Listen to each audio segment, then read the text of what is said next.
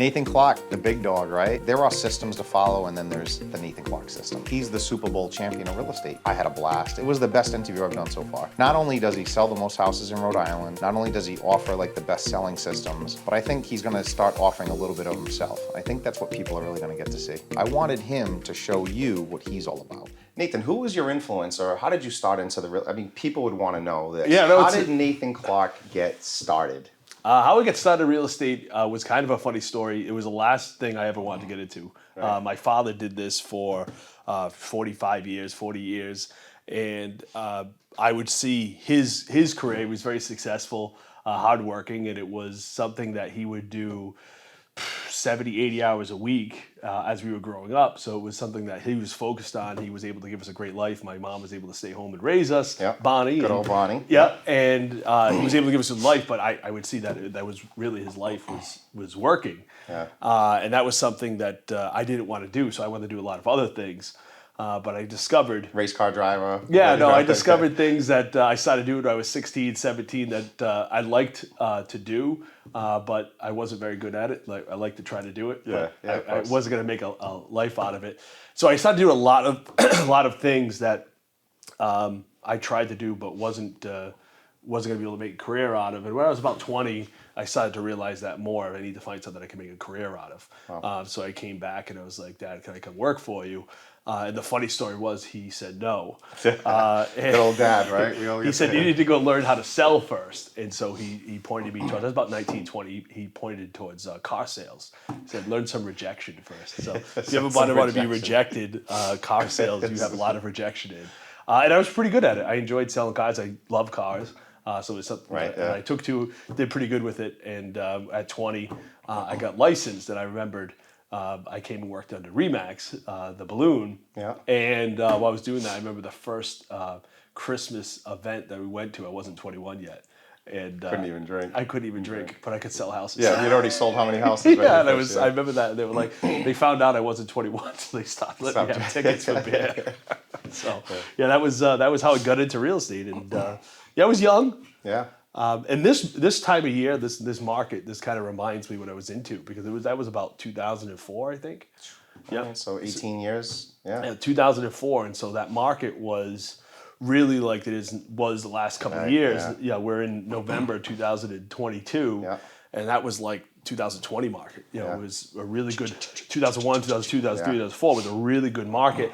So I was able to really cut my teeth and be covered with, there was so many customers out there, so many buyers and sellers out there. I think my first year, I sold about 30 houses, 25, 30 houses in my first year. And that was just covering open houses, kind of hustling. For all the other agents. Yeah, just, hey, do you want me to cover open house? And cover open house. And, I would just pick up buyers that way. Yeah. And that was just pretty much an easy market, 2004, 2005. Kind of the similar set that we're in, right? The 2015, 16, 17, 18, here we are.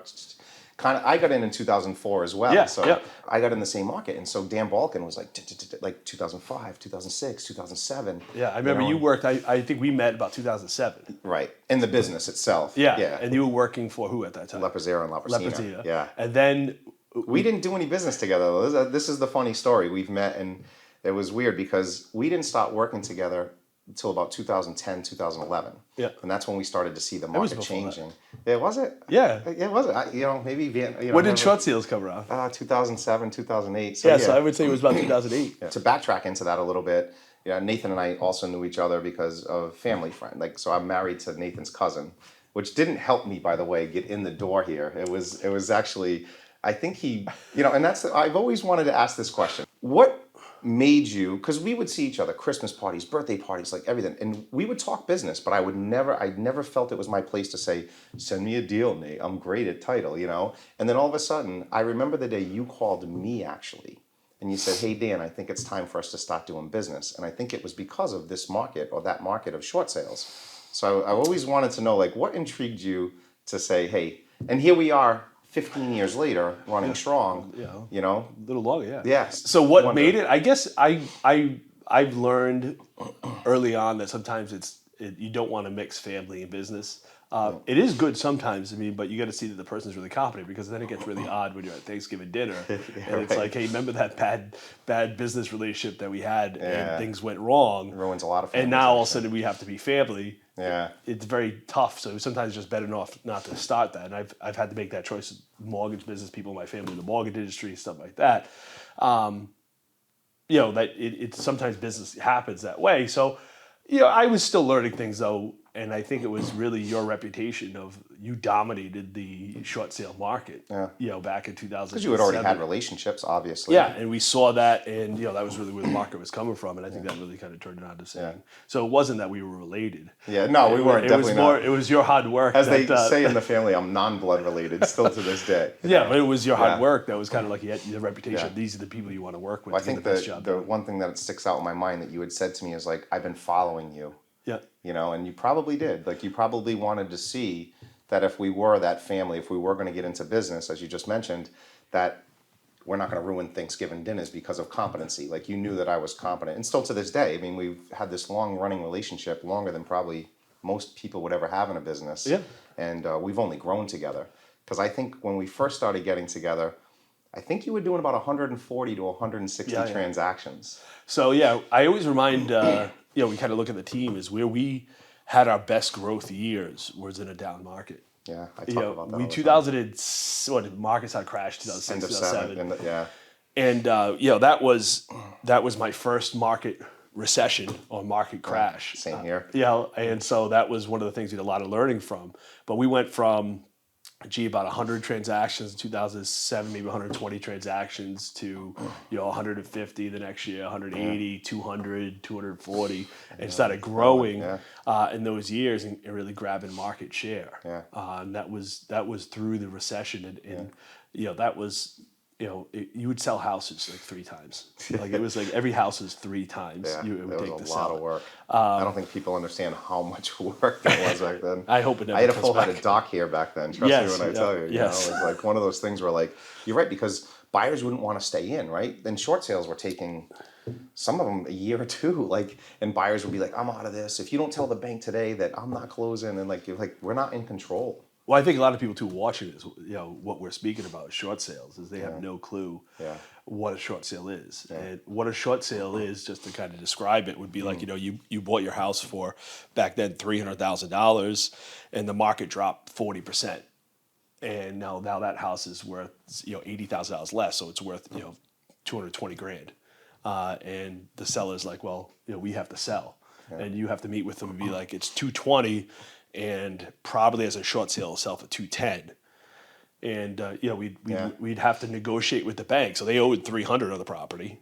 They could only get $210,000 for it, minus commissions and everything else. There's like $195,000. Yeah, the net would be like $190,000. Yeah. And you'd have to negotiate with Bank of America, Wells Fargo, Countrywide, and 7 other banks involved with it to try to get them to accept $195,000. That whole process would take about 6 months, and the buyers on average would wait about 3 months. So you'd sell it for $210,000, $205,000, $200,000, whatever. Send that out to the bank. Wait 3 months, and the buyer would basically say, you know what, I'm all set because prices dropped even more. I think I can get a better deal out there. Right. They would not renew their contract, and so we'd have to find another buyer. Now that buyer would pay $190,000. And the bank would finally get back to us, say, hey, all right, we'll accept $200,000. And then we'd have to be like, all right, sorry, $190,000 is what we have now. And then the bank would take another 3 months to get back to us. Yeah, right. Meanwhile, we'd lose that second buyer. And they'd get back to us, say, okay, we'll take $190,000. And we're like, all right, now we have a third buyer, but they only pay $180,000. And we'd have to start the process. And that was very typical of a transaction. Yeah. And luckily we found you. Yeah, and you would do all that, calling Bank of America. Yes. Remember Countrywide? Oh, it was terrible. And then they went to this. Literally, we would have deals going for 6, 8, 9 months with, say, Bank of America or Countrywide. You'd call up the next day to get like an update. And they're like, we don't have that file. I'm like, no, you do. I have all these notes. I sent you all these documents. And they're like, you have to resubmit the whole package again. Going back to Nathan or going back to any client at that point after he's already marketed. And we weren't digital as much. No, there was nothing. It was all just like raw, hard paperwork. Right. You'd fax the stuff. Not even had email. It was a fax. They went to Equator afterwards, but... When I first got into the business, it was like people didn't have email. Like agents don't know how easy things are nowadays. It's like Yeah. when you would write a contract, you would get 4 copies of that contract Right. physically signed. And so you would meet with your client, sign 4 contracts, same contracts, four copies of them in ink. Yep. You'd have to come back, drive to the agent's office or the agent's house, drop off the contracts with them. That agent would then drive over to the seller's house, get the seller to sign 4 copies. They would keep 2. They'd give us Get 2 2. back. I'd get a copy. The agent would get a copy. We'd send a copy to the lenders and stuff like that. And that was the same thing, like on any addendums, any price changes. Right, so every time something happened, it'd be like, all right, let me get my car, drive over. So with dot loop and things like that, it's made business so much quicker that people don't remember. Like even email. Like I remember when I first got into the in 2006, 2007, a couple of years into the industry, I used to buy my clients fax machines because they didn't have emails, and I needed to like email them properties, and they were like, we don't have email. And I won't say like some, I mean like 50% of clients didn't have an email address, and so if I wanted to send you properties, I had 2 options. Oh my God! I either had to drive to your house and put them in your mailbox every day, or I could buy you a fax machine, and every morning I would print out the new listings and I'd put them in the fax machine.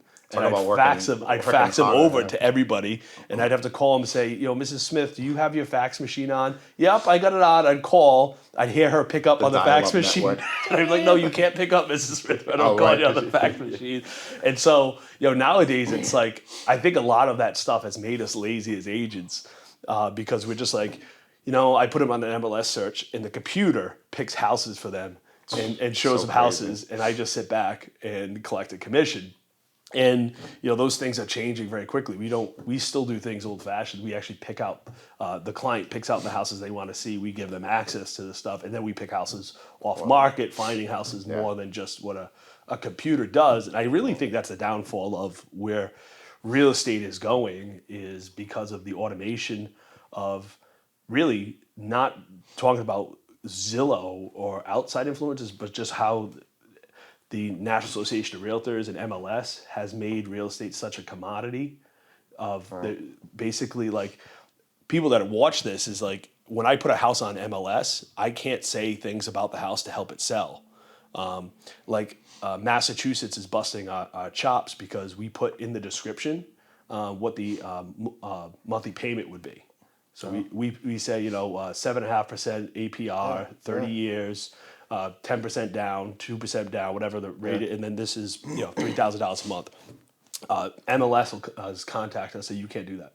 So you can't give information to help it sell. Financial? Well, here's the what I believe that's from is too much information. That's because you're promoting a mortgage company. We're like, we're not promoting a mortgage company. We're promoting the affordability of the house. Oh, yeah. But they don't want that. You know why they don't want that? Is because they have a calculator on their website, and somebody pays to be on that, and they don't like us putting that because someone pays them a lot of money to do these things. But the problem is they're trying to make everybody be in the same category of how they advertise, how they sell houses, and how they do those things. And the more they do those things, the more it makes us all the same. Yeah. And then a company comes in and goes, why are you paying $20,000 to a real estate agent to sell your house?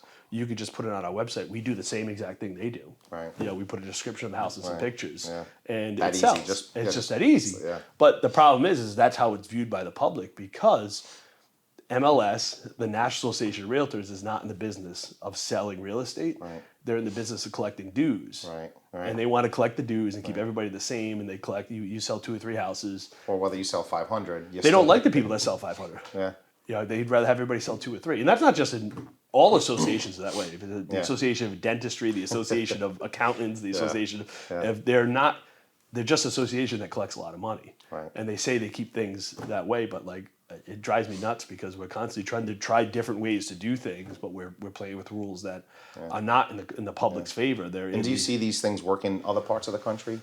Like, so we've also both trained nationally. We have mentor groups. Yep. We have people that we reach out to on a daily basis. Like, so does California still run the same gamut, or are they a little more open to those things? Like, I know you have partners out there. You have people. So, but you're just saying the association. Well, listen, the second biggest association in the world. Number 1 is the Bar Association. Number 2 is the Realtor Association. Oh God! They're the same. So the same rules they pass in Massachusetts, Connecticut, Rhode Island are the same rules that they have in California. Gotcha. What I'm trying to say is this is not a video about knocking NAR. Right. But NAR is continuing to go down this path that it's making real estate commoditized, that they don't want people to operate differently than everybody else. And when they do that, then everybody's the same. when everybody's the same, then it just becomes a commodity of who can charge less. And it's a rush to the bottom. We always talk about the race to the bottom. Right, and who can charge the less to sell least real amount, estate. yeah. And then what happens is technology will come in and just say, okay, well then we'll just do it this way.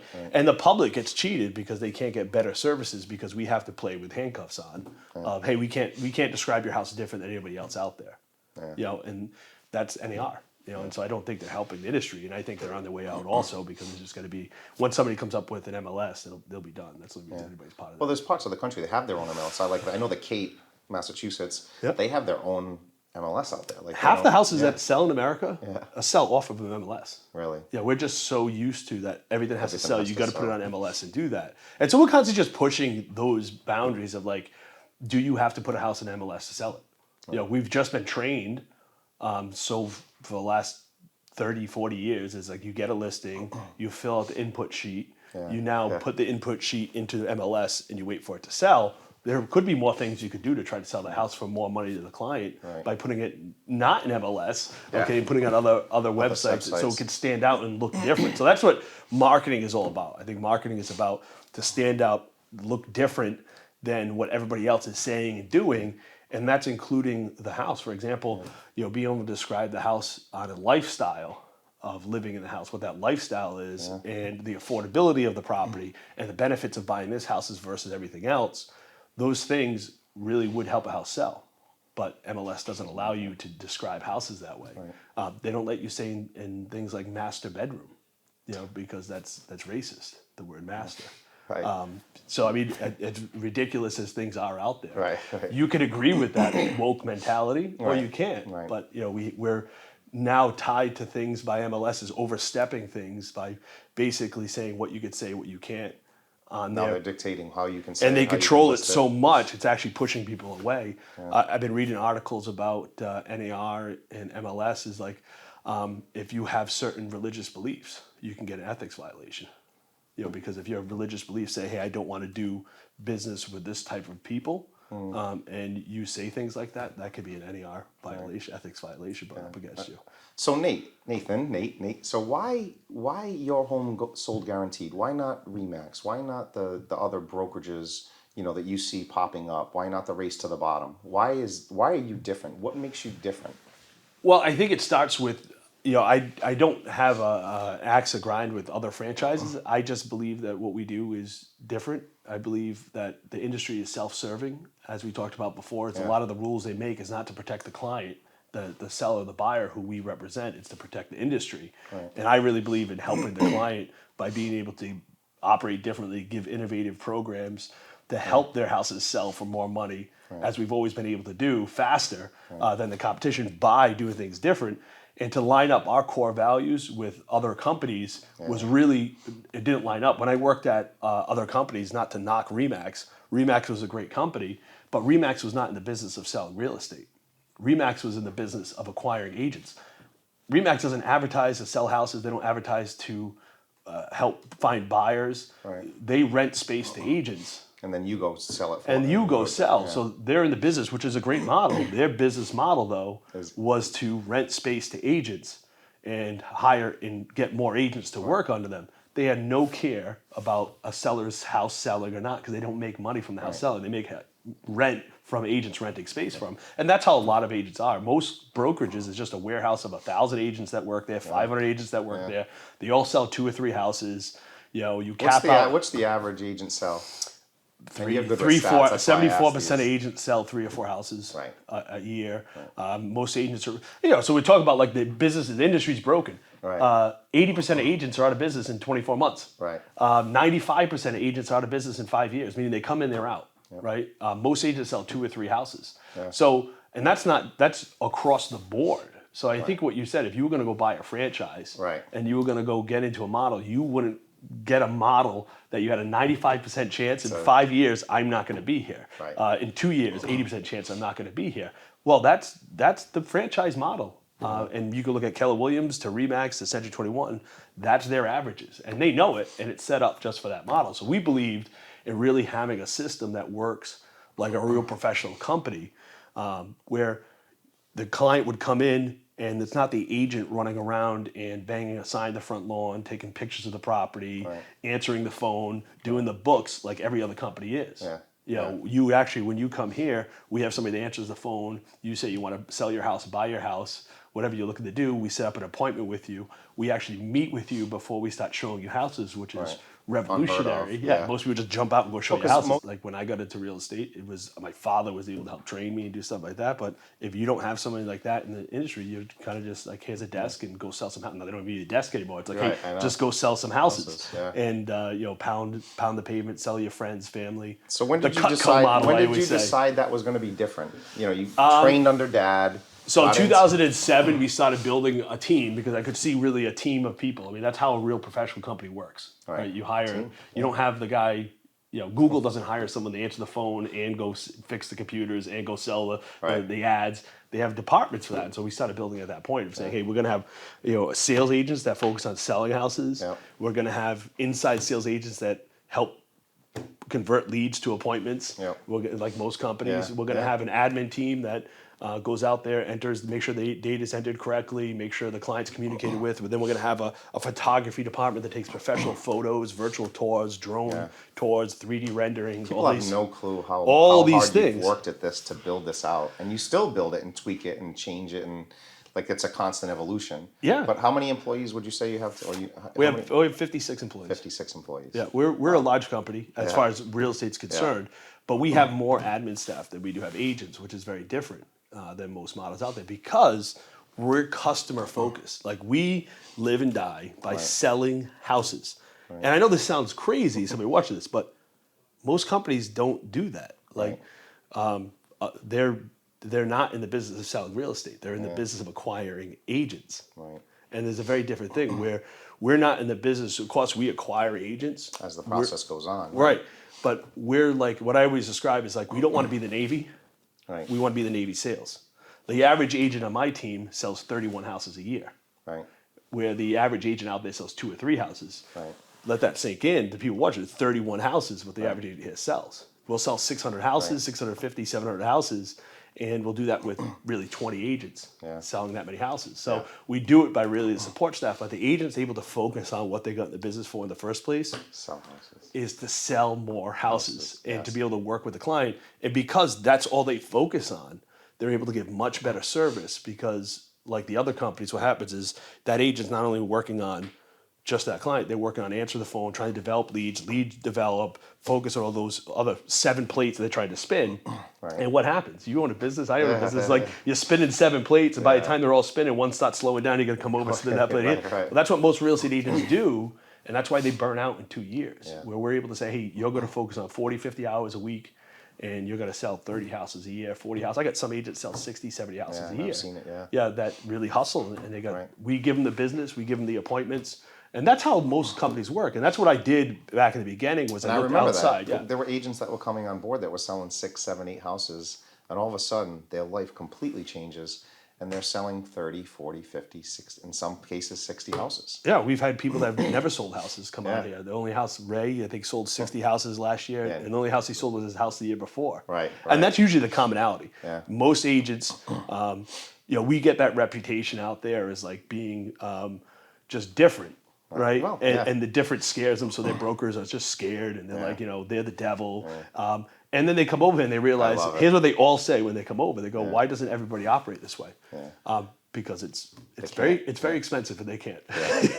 So Nate, like we all have mentors, right? And we all have people that we look up to. And you know, we abide by certain rules or we abide by certain core values, as we always talk about. So give us a little bit about what you find. My business mentor really started in 2006 when I met this man from Canada called Craig Proctor. Craig was #1 for Remax in the world. And he was building a team. And I went and met him. I had to pay him a lot of money. And I went and met him in Arizona. He was having a conference. And really from there until today, I still follow his teachings, his ways. A lot of direct response advertising. I don't know if you ever heard of Dan Kennedy. I have not. No, Yeah. So people will take a look and maybe. Really started focusing and realizing I was in the business of marketing. Yeah. Not selling houses, but marketing. And that's really what Sell the Tires to do. Right. Right. Yeah, You know, how you right. market my property. Right. You know, market the house, sell the house. Yeah. And that's what really started working on it, focusing on being different Right. than everybody else. Yeah. Proctor would be a better mentor than some of these other real estate coaches out there because he's actually sold houses, right? Yes. Big difference, I think, in the direction of how you can help and train somebody as opposed to just going off of theory and maybe what you might think might happen. Yes, yeah.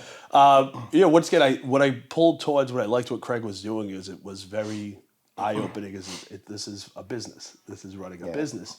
And I knew it was the right course because I remember my broker at the time told me that they laugh at Craig Proctor. Yeah. And I knew it was the right one because other brokers didn't like him because they taught you how to build a business. Right. They didn't want to see you do that. They wanted to see you be the Brian Buffini of sweat Buffini, hogs and stuff. Yeah. yeah. Go sell 4 or 5 houses a year. But you're being taught by somebody that's never done it. So I think he hit that point. Right. He's never sold real estate. So you're going to tell me how to do something you've never done. Exactly. I'm very thankful that you did this today because, like, I know you don't, like, we always talked about this. Like, we are in our own shell, you and I, over all of these years. We've never taken somebody else's business model. Like, we've created our own, we've taken and gone, and we've totally excelled. Like, so where you've had a lot of bad press, I've certainly had a lot of bad press. And people bad press together probably like, how could you ever work with Nathan? He charges 7% commission. You know, $2,000 up front. $2,000 up front too. And they pay it. And they pay, right. So, and we also talk about like sometimes we laugh. Happily. Half like, we're happily. And we also talk about how like you're going to try to get to 10%, you know? And so do you have a mentor? I do. My mentors are some of the people that you know as well. You know, I've had some mentors that have passed away. Yeah. To this day, I still have great mentors like Bob D'Amico, even some of the attorneys that I used to work for, like Paul Laprasina. I have people that I do reach out to. I consider you a mentor in certain aspects. You know, anybody that I feel that can, that is, I wouldn't say like better than me on a personal level, but on a business level, or somebody that I can look at and go, wow, I really understand that he's done a phenomenal job. So as we were starting to go through, like started out with 6 agents and we started working together at 140 transactions and we got to 660 or 680, whatever the number was last year and still continuing to grow. You know, there's something to be said for that. And, you know, the underdog role too, you know, everybody's like, has always something to say. Somebody always has something to say, you know, so I like to dispel that. Like, and it's nice knowing that like you have always had my back. Like you have always defended me. You've never shied away. You've only said, Dan. Like Dan has been great. Dan has been good to us. Dan has allowed us to grow our model as well. So Nathan, for people that haven't seen you currently like out doing listings and doing buyers, like what made you decide to like pull back from actually doing the sales job? I think it sounds funny for the viewers, but actually what we started discovering is the more that I wasn't selling houses, the more houses we would sell. Meaning, like most teams work as like the team leader sells all the houses and they have some agents to work for them and they sell a couple houses. Where what my role here is, the more I can pull into being what I call the rainmaker of making business Same here. I come feel in. like Dan Balkun, Right? the Rainmaker. So right now we get over 1,500 people contacting the office every single month looking to buy or sell real estate. You must be doing it like some kind of weird way though, right? Like you're not working like that hard, right? Because nobody can get 1,500 leads a month, Nathan. Like that's crazy. Well, so that's what I focus on. Yeah. So the more I could focus on making it rain, per se, okay, the more business I could feed to my agents. Where most agent teams, how they work out there is very different. Where they're the top guy, they get all the business and they sell and they let the crumbs fall off to their agents. Where no, I found the more I could step back and put the agents out there, my team out there, and they could go sell and give them more opportunity. And I focus on finding them more opportunity. The company would grow. We were able to grow to the point that now I haven't sold a house since 2014. Right. But we sold more and more and more and more and more. That Nathan Clock, you know. Well, that's just the unknown. They're just scared. They don't know what to say, and I get that. You know, that's part of success. Right. You know, is the fact of the matter is I'll put my numbers against their numbers, their brokerage's number, and anybody else's numbers, and kill it. Right. And that's what we do. They can't do that, so then they just go down for I'll just slander the person, and that's just a weak salesperson. I meet with hundreds of salespeople every year, and in every industry.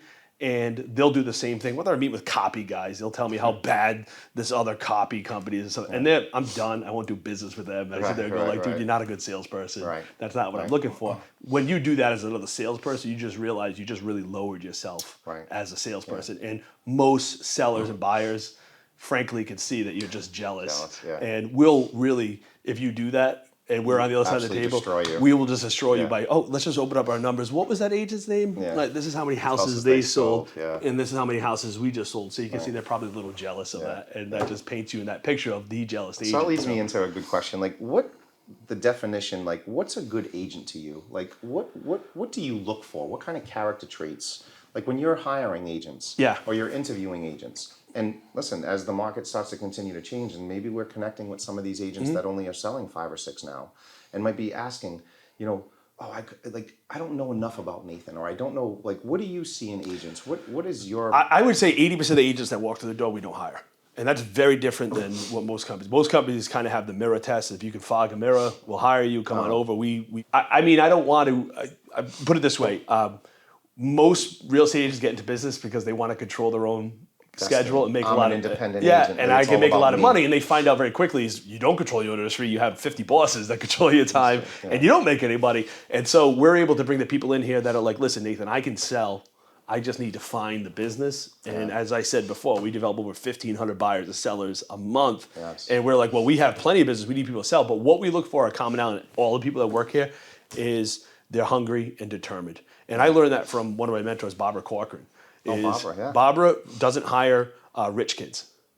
She won't hire, if your parents are rich, she won't hire you. Okay, she looks for, she says PhD. And we've used this for a long time after she taught me this, is poor, hungry, and determined. And that's what you need to really, to be, is like, listen, the best agents that we've come in here, I'm able to teach them, follow the system, follow the process. It's not about you, it's about the team.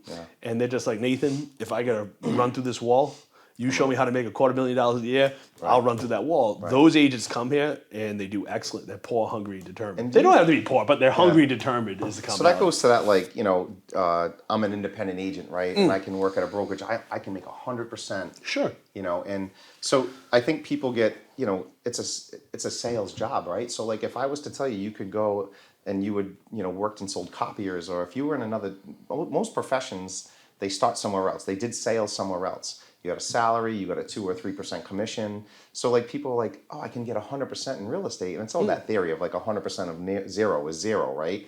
So dispel a little bit about that. Like your agents, I know for a fact, I've seen this happen. We've been together for so long that I've seen agent come in and sell 6 or 8 houses, basically can't even afford the gasoline in their car, nothing against that, but and here they are now, successful, and I consider success because they've trained, they've listened, and now they're selling 30, 40, 50, 60 houses. Their life, their community, their family, everything has changed. Well, our core values is that my mission in life and my mission to my team is to build quality lives. To build quality lives with the team. When the team comes first, is the people there, so they can build quality lives in the community and the people that we do business with. And to be able to do that is, frankly, you have to make enough resources called money to make your life be better with it. And listen, I've gone from not having any money to having money. It's much better having money. Always, obviously, And you can do a lot more for people being able to do that. So that's the skill that we try to focus on. But I think it's very important that you were kind of talking about this before.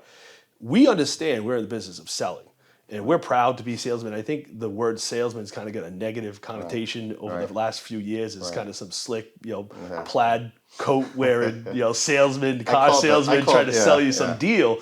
But we really believe our job is to sell because what we have to sell is better than anybody else's programs, systems, or processes out there. And salesmen and women get the factory gears turning. If salespeople didn't go to work and sell, those cop machines wouldn't sell. That factory in Japan or wherever it is, those gears wouldn't turn. Those people wouldn't have a job. So we make the gears turn and we make the money happen. And that's how America runs. And so I'm very proud to say I'm a salesperson and I'm in the sales business. And I think that's something that a lot of agents we meet, they're just like, I'm not a salesperson. They'll put some kind of cute spin on it of like, I'm a consultant or something like that. No, we're here to sell. We sell. So I've talked a little bit about like the real estate agent, right? Like I've tried to get people to like take the word agent out and be at least change it to like advisor. Advise more. Don't just be the agent showing up with a power suit, with the power tie, with the power car.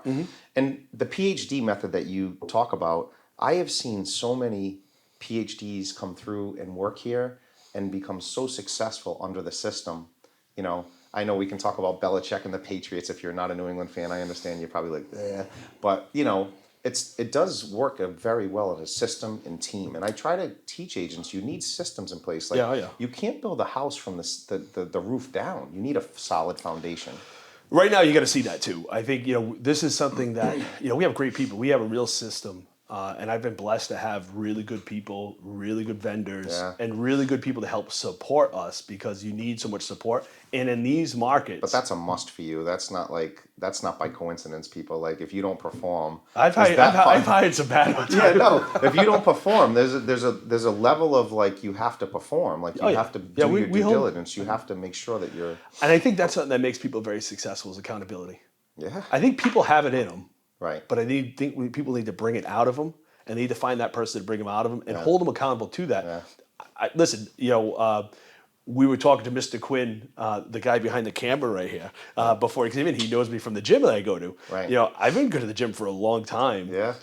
But I would just go to the gym by myself, right? And I couldn't hold myself accountable. I had to find somebody to hold me accountable to bring that out and do it. And once I was able to be held accountable, a coach, a mentor. Yes. Not just for real estate, for life. Everything. I have many coaches in life that help me, hold me accountable is the biggest thing. It's like, hey, I got to do this. I said I would do this. I'm going to do this. And I'm going to stick with it to do that. So once again, you do have to have determination. You do have to have what I call grit. Yeah. And that's far and few between a lot of times out there. People that have grit that can go from, let's face it, you had to have grit to get into real estate. Yeah. But most people don't realize that they're in a system that's not made to make them successful. They're in a system just so they can be like everybody else. So why would agents want to come work for Nathan Clark and his team? Because we're going to bring you from selling what you're selling now and quadruple it, triple it.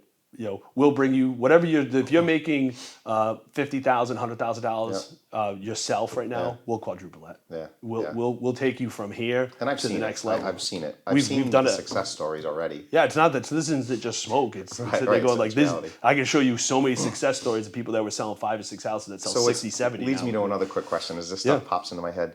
So dispel the 100%, the commission thing, because people, that's where they get into like, I could never work on a team because instead of making 100% of my own money, I can only make 50% or whatever, and that's always, I'm sure that's always, and that's a talking point that I wanted to bring up because everybody was all about the, I'm the independent agent, I make 100% of nothing, 50% of a lot, or in that mentality.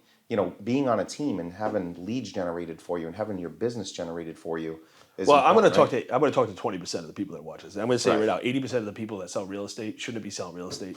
They do this as just kind of a hobby. It's like they get together with their friends and they have some coffee and they sell real estate. So 80% of those people I'm just not interested in. I'm interested in the 20% of the people that want to make a career out of this and have to make a career, not, hey, I just need a job and my spouse does this and so I sell real estate on the side. That's 80% of the market. 20% of the people that I'm interested in, the people say, hey, I want to make a career and I want to change my life and the people under me's life and the people I work for's life. Those 20% of people that want to make a career out of it, they do get stuck into the idea that a higher split means you make more money. And those people you tend to see jump from brokerage to brokerage to brokerage thinking things are going to change where they don't realize it's not the brokerage, it's them.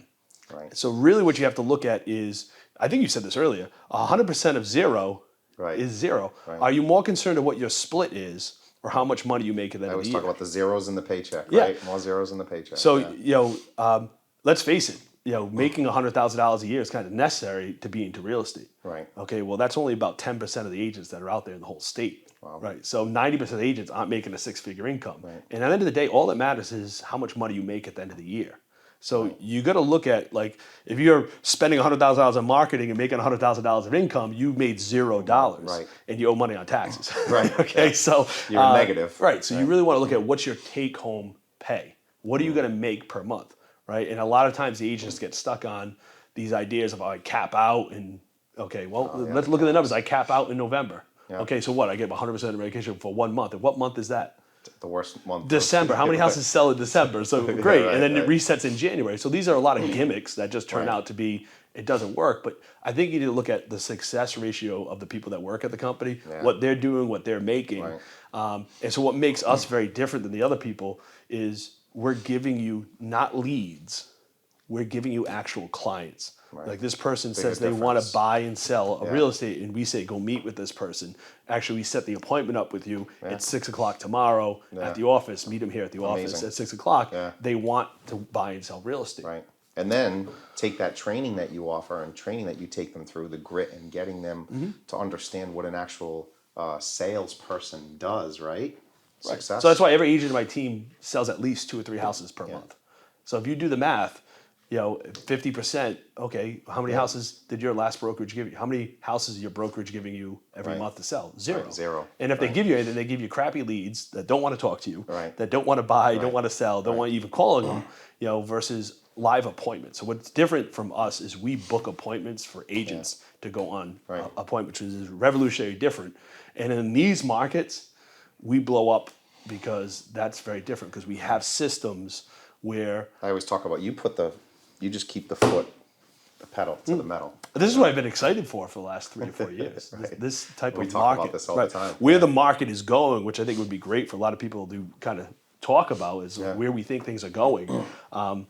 Is you're going to see a big downward trend in sales. Just the pool is going to get very small. NAR just reported, I think it was last week I was reading it, 40% decline they expect in its membership. 40%. Okay? So 40% decline out there. You're going to... We have what, 8,000 to 9,000 agents? We have about 9,000 realtors. So that brings it back to 45. Right. So shift happens. Yeah. Right. And this is a shift. Yeah. And so this is going to be a huge shift. Is when the market's doing really good, everybody jumps into the business. Right. Right. And a monkey with wings can sell real estate. Right. I put a sign in the front lawn. All right. Do you want to offer $80,000 or $100,000 over asking price? Like, wow, you must be the best salesperson ever. You got a line down the road. Everybody wants to buy a house. I call it the dog walker. Even the dog walker sold 50. I hate those markets. Those markets are terrible because everybody gets in there, and now you have 9,000 agents going after 15,000, 16,000 sales. Sales in the state of Rhode Island, I think last year was about 16,000 sales, 30,000 sides, 16,000 sales. Okay, out there, you got so many people going after that piece of the pie. Oh, my brother just got into real estate, my cousin, my sister, whatever, and they actually take business away because people are like, well, real estate's so easy to sell, doesn't matter who I hire. Now, when the market switches, now all of a sudden you start seeing all the agents flee the market. They'll go, oh, I got to go get a job now. I can't live on everybody selling and buying because those people don't do it. Sales, I expect next year sales to drop about to 11,000 sales. My number's about 11,000, let's say 11,000. What are we trending? You said 16,000 in 16,000. We'll be at 2021. 16,000, 15,000 this year. 15,000 this And year. we're going out about 11,000 next year. Wow. And that's what we're trending towards. So we're going to go to about 11,000. We're going to lose about 40%. So we'll go from... And the same thing happened. In 2006, we had about 8,000 agents in the state of Rhode Island. In 2008, we were down to about 4,000. I remember. About 4,000. 4,500, And we blew up. Yeah. And that's where people will be knocking my door and say, dude, I'm sick of competing with you. Just I need to make some money, and I know you guys have all the business. So if you can't beat them, join them. Join 'em. And then come in there and do that. So. And not only the beat 'em, join 'em mentality, like because they need the paycheck, but I've walked through here and been part of a lot of that.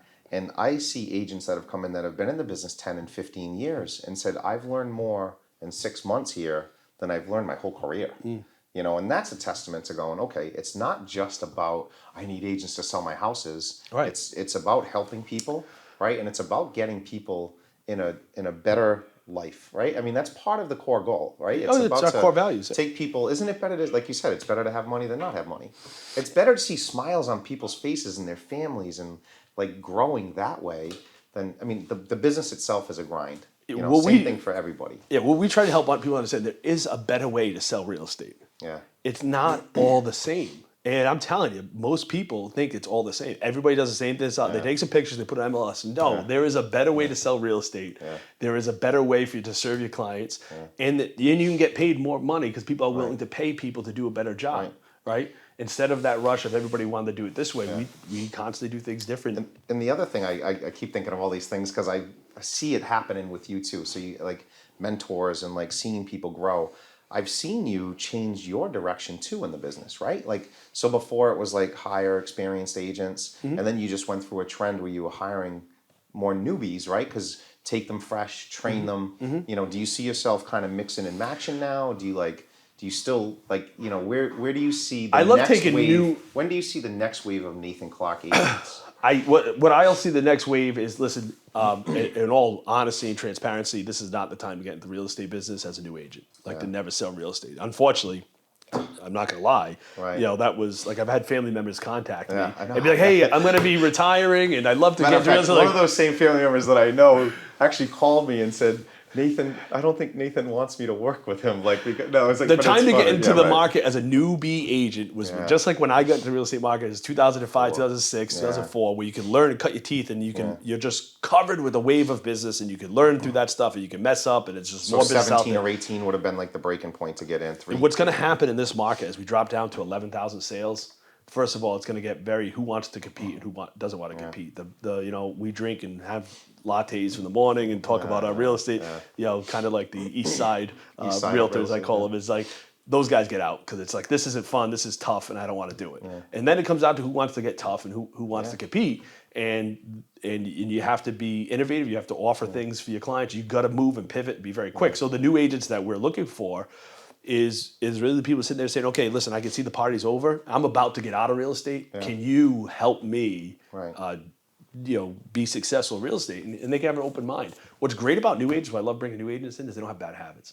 They don't taught the dogma, NAR, BS of this is how you sell real estate. You fill out a form and you enter into a computer. Because that's always like, how did that work out for you, right? Yeah, I mean, that's what I have to tell. So how's that working out for you? Right. You know, like I always talk about the ABCs, like always be closing. Yeah. And I'm like, how's that working out for you today? Like I just did a nice training, as you know, I do a lot of that.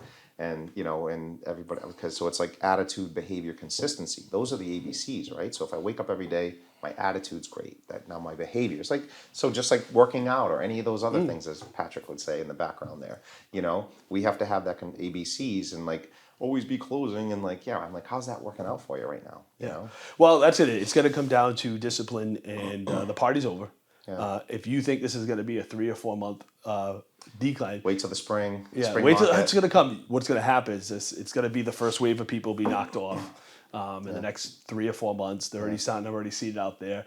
Then you're gonna have the people holding on. Dues just due like in November. So you'll see the new January 1st. They'll give you the new forecast. Those guys will drop off very quick, and then it'll be the next guys that are hanging on until spring, and then they fall off because it doesn't come back, and then things stop becoming normal, and it's really the diehard people that are stuck doing it. But it's always been that way. 80% of the business is done by 20% of the people, and 20% of the agents do 80%, and 80% of the agents do 20%. And it's always been that way. It always will be that way.